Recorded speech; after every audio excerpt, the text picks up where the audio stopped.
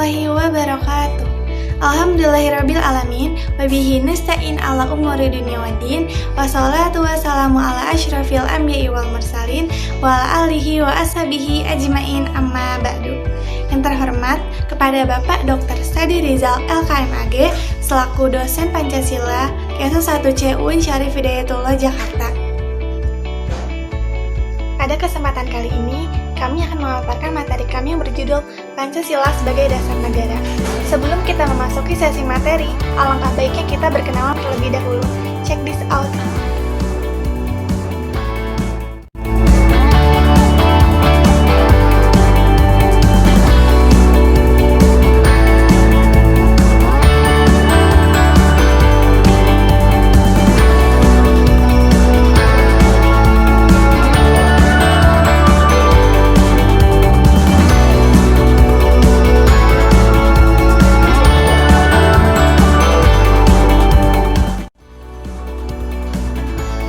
Selanjutnya, kita akan masuk ke dalam pembahasan materi.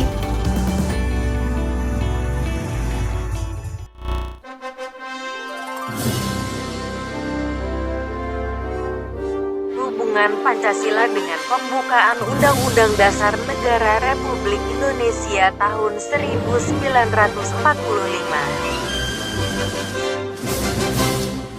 Pancasila sebagai dasar negara Republik Indonesia mempunyai implikasi bahwa Pancasila terikat oleh suatu kekuatan secara hukum, terikat oleh struktur kekuasaan secara formal yang meliputi suasana kebatinan atau cita-cita hukum yang menguasai dasar negara. Suhadi, 1998. Jadi, ada 4 pokok pikiran yang diciptakan dan dijelaskan dalam UUD 1945. Yang pertama, negara persatuan, sebagaimana yang tercantum dalam kalimat melindungi segenap bangsa Indonesia dari seluruh tumpah darah Indonesia. Yang kedua, ada keadilan sosial, sebagaimana yang tercantum dalam kalimat negara hendak mewujudkan keadilan sosial bagi seluruh rakyat Indonesia. Nah, lanjut yang ketiga itu ada kedaulatan rakyat, sebagaimana yang tercantum dalam kalimat negara yang berkedaulatan rakyat berdasarkan atas kerakyatan dan perwakilan. Yang keempat, ketuhanan dan kemanusiaan, sebagaimana yang tercantum dalam kalimat negara berdasarkan atas ketuhanan yang menurut dasar kemanusiaan yang adil dan beradab.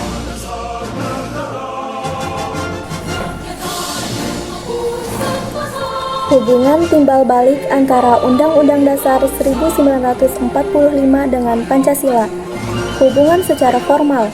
Rumusan Pancasila tercantum dalam pembukaan Undang-Undang Dasar 1945 alinea 4. Pembukaan Undang-Undang Dasar 1945 merupakan pokok kaidah negara yang fundamental terhadap tertib hukum. Pembukaan Undang-Undang Dasar 1945 intinya adalah Pancasila. Pancasila memiliki hakikat, sifat, kedudukan, dan fungsi sebagai pokok kaidah negara yang fundamental.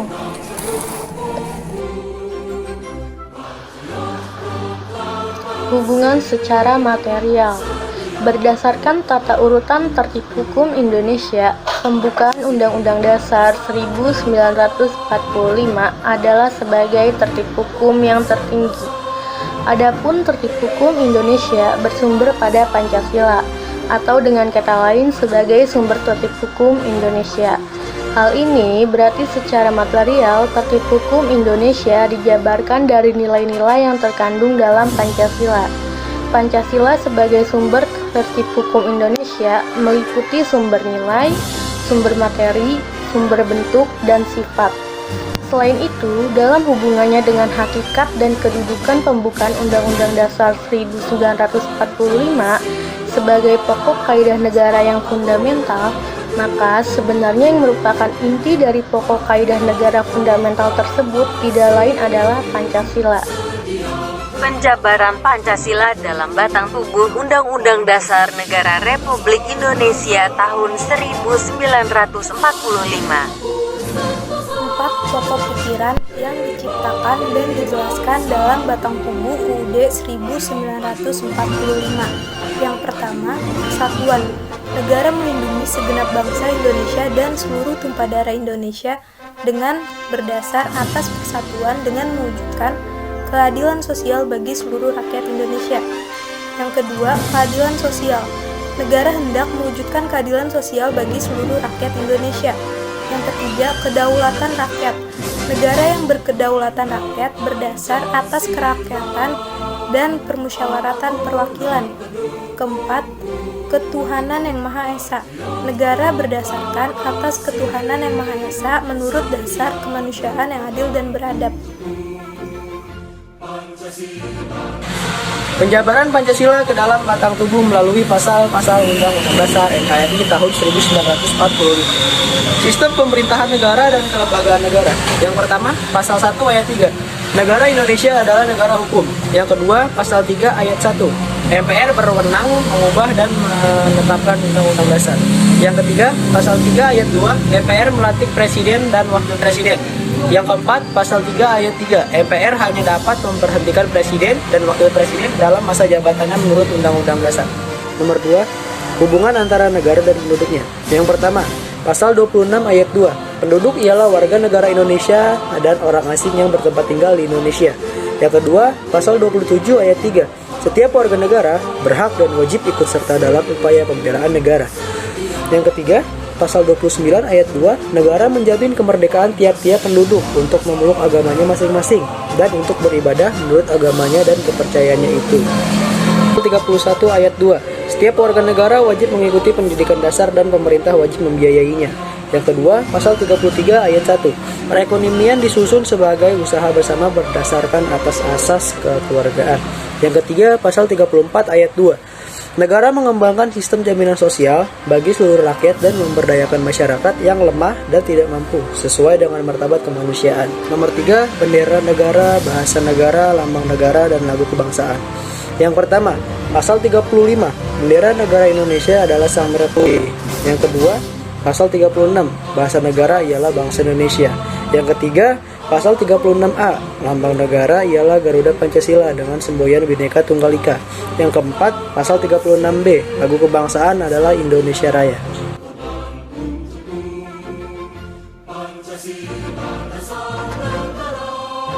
Implementasi Pancasila dalam pembuatan kebijakan negara dalam bidang politik, ekonomi, sosial, budaya, dan Hankam.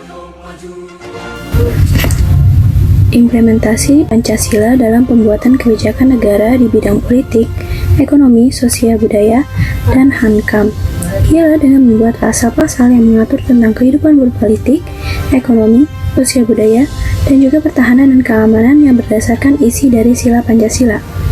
Yang pertama, ada bidang politik. Pasalnya yaitu pasal 26 ayat 1 yang mengatur tentang orang yang menjadi warga negara Republik Indonesia. Yang kedua, ada pasal 27 ayat 1 yang memberikan pernyataan terhadap kedudukan warga negara Indonesia di dalam hukum dan juga pemerintahan adalah sama tanpa adanya pengecualian. Yang kedua, ada bidang ekonomi, yaitu pasal 27 ayat 2 yang berbunyi, tiap-tiap warga negara berhak atas pekerjaan dan kehidupan yang layak bagi kemanusiaan. Yang kedua, ada pasal 33 ayat 1 yang bunyi, disusun sebagai usaha bersama berdasarkan atas asas keluargaan. Yang ketiga, ada pasal 34 ayat 1 yang berbunyi, fakir miskin dan anak-anak yang terlantar dipelihara oleh negara. Selanjutnya, yang ketiga, ada bidang sosial budaya. Contoh pasalnya yang pertama ialah pasal 31 ayat 1 yang berbunyi, setiap warga negara berhak untuk mendapatkan pendidikan. Lalu contoh yang kedua ada pasal 32 ayat 2 yang berbunyi, negara memajukan kebudayaan nasional Indonesia di tengah peradaban dunia. Lalu yang terakhir, yang keempat, di bidang pertahanan dan keamanan. Contohnya yaitu pasal 27 ayat 3 yang berbunyi, setiap warga negara berhak dan wajib ikut serta dalam upaya pembelaan negara. Apa akibat jika suatu negara tidak memiliki dasar negara? Jika suatu negara tidak memiliki dasar negara ataupun pandangan hidup bangsa, maka negara tersebut akan kacau. Masyarakatnya yang akan mengalami penderitaan, tidak makmur dan rukun, dan tidak ada keadilan yang layak dirasakan oleh masyarakatnya. Karena sebuah negara harus memiliki dasar negara atau prinsip untuk mensejahterakan masyarakatnya dan demi kebaikan masa depan bangsanya. Sebuah negara harus memiliki fondasi yang kokoh untuk mewujudkan negara yang satu, adil, makmur, dan aman untuk rakyatnya. Apa pengaruhnya apabila dasar negara Pancasila berubah bagi bangsa Indonesia? Pengaruh yang terjadi pada warga negara Indonesia bila dasar negara Pancasila berubah adalah terjadi ketidakstabilan politik, karena akan banyak kelompok masyarakat atau warga yang merasa tidak diuntungkan dengan perubahan itu. Misalnya warga non-muslim bila berubah menjadi negara Islam, atau warga muslim bila berubah menjadi negara bebas yang sangat mengutamakan kesetaraan gender seperti Swedia, Norwegia, dan Denmark. Selain itu, persatuan bangsa akan terancam bila itu terjadi. Kestabilan politik tidak tercipta, perubahan tersebut juga tidak akan terjadi mulus karena ketidaksiapan Indonesia secara mental yang sudah terbiasa dengan Pancasila.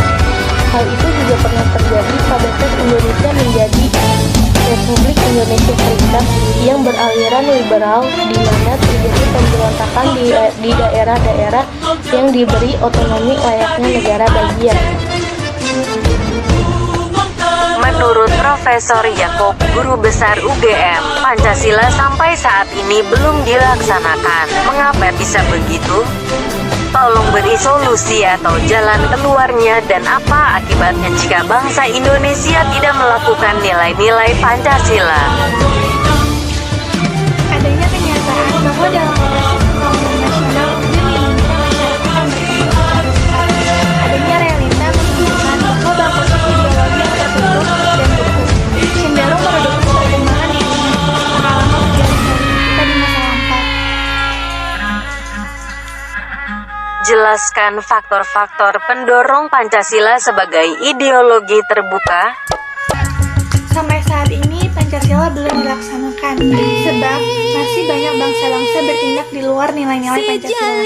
Ini terjadi karena tidak sedikit bangsa yang belum memahami dan memahami arti pentingnya Pancasila yang merupakan dasar negara Indonesia, dan yang sudah paham pun meninggalkan nilai-nilai Pancasila tersebut.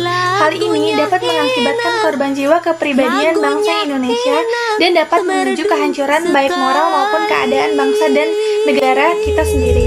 Oleh karena itu, perlu adanya pendidikan dan penanaman Pancasila sejak dini dalam sebuah keluarga, di sekolah maupun dalam masyarakat. Dan yang terpenting, adanya kesadaran setiap bangsa untuk berperilaku sesuai Pancasila. Berikan contoh dari perilaku sehari-hari yang mencerminkan perwujudan dalam 5 sila Pancasila. Sila pertama itu ketuhanan yang Maha Esa.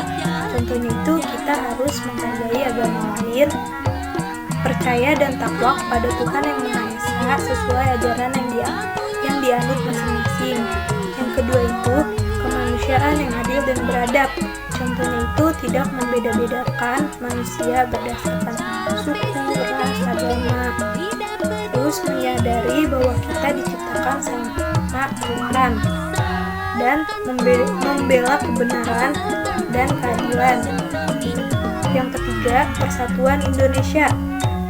Contohnya itu seperti kita cinta terhadap tanah air, terus memakai produk dalam negeri.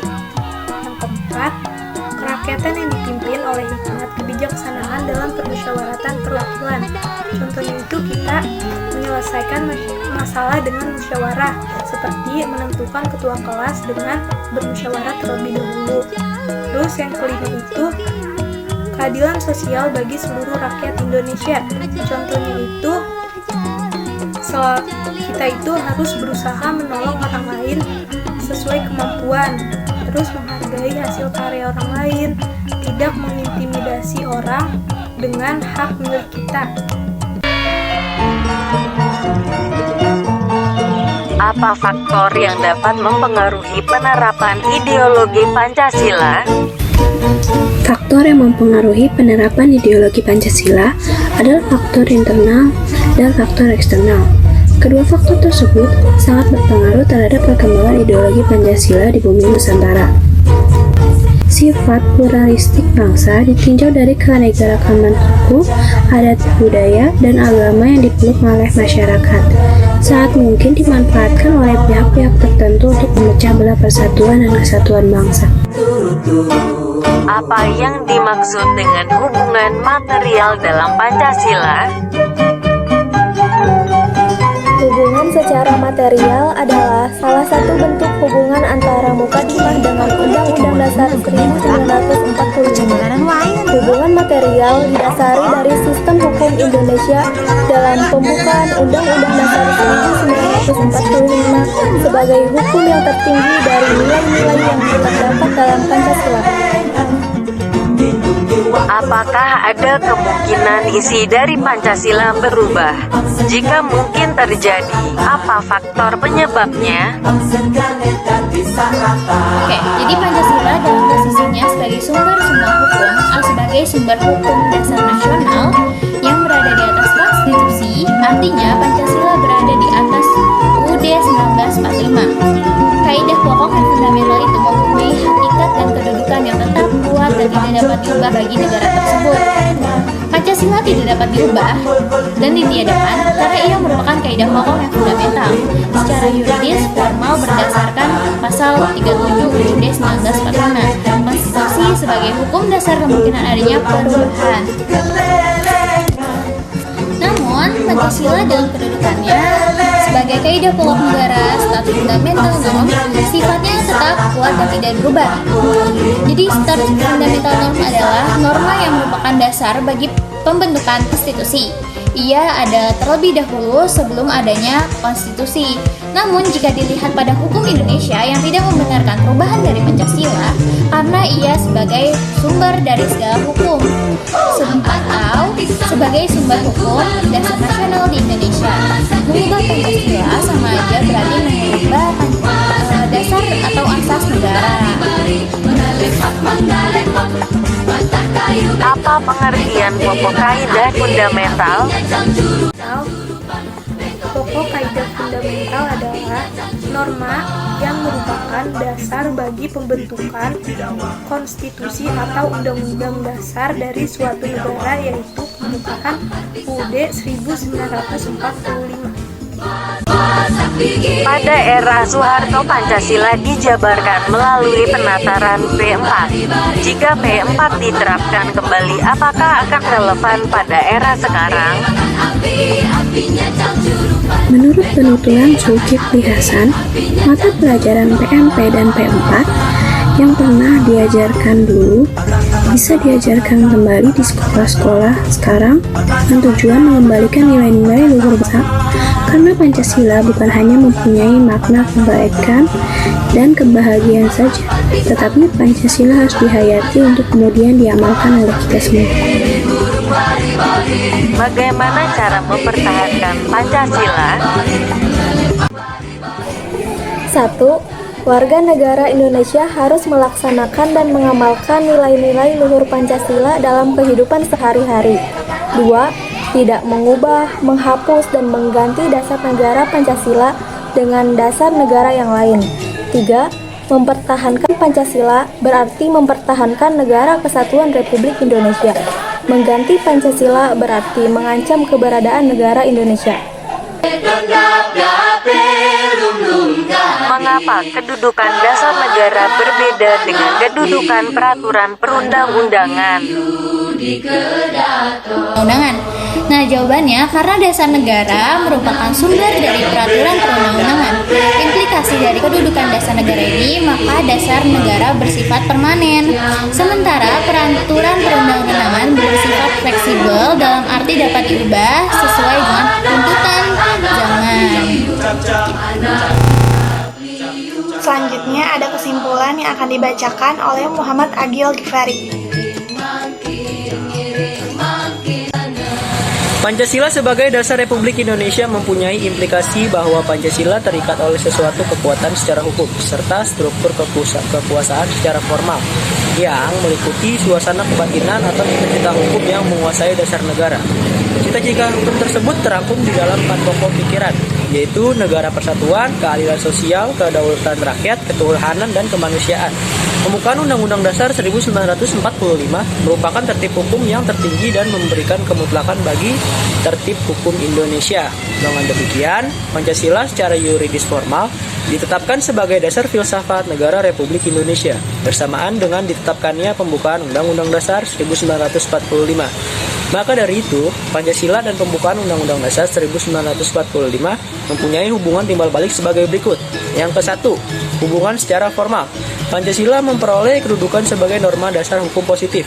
Yang kedua, hubungan secara material. Pancasila sebagai sumber tertib hukum Indonesia meliputi sumber nilai, sumber materi, sumber bentuk, dan sifat.